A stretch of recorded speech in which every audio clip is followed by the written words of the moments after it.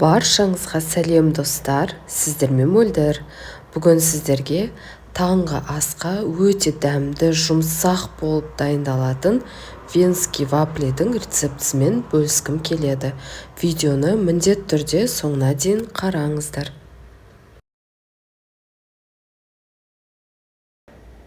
Құрамына жұмыртқа, қант, сары май, ұн, сүт, қопсытқыш және бал қажет.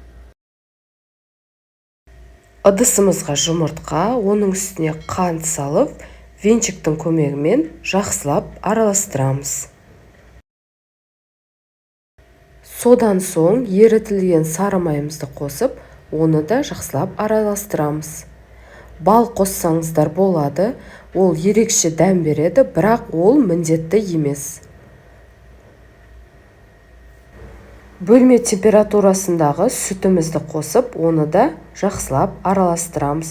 Ұнымызға қопсытқышты салып араластырып, 2 немесе 3 бөлікке бөліп, жұмыртқалы массаға ұнымызды илектен өткізіп қосып, бір келкі масса болғанша жақсылап араластырамыз. Барлығын жақсылап араластырып, консистенциясы осындай болу қажет. Қызып тұрған вафельницамызға 2-2,5 ас қасық құйып, пісіріп аламыз.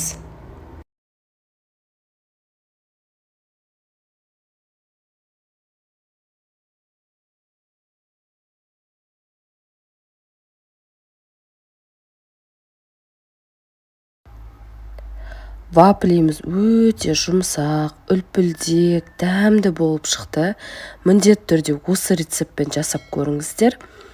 Видео ұнаса, лайк басып, комментарий жазып, каналыма тіркеліп қоюды ұмытпаңыздар.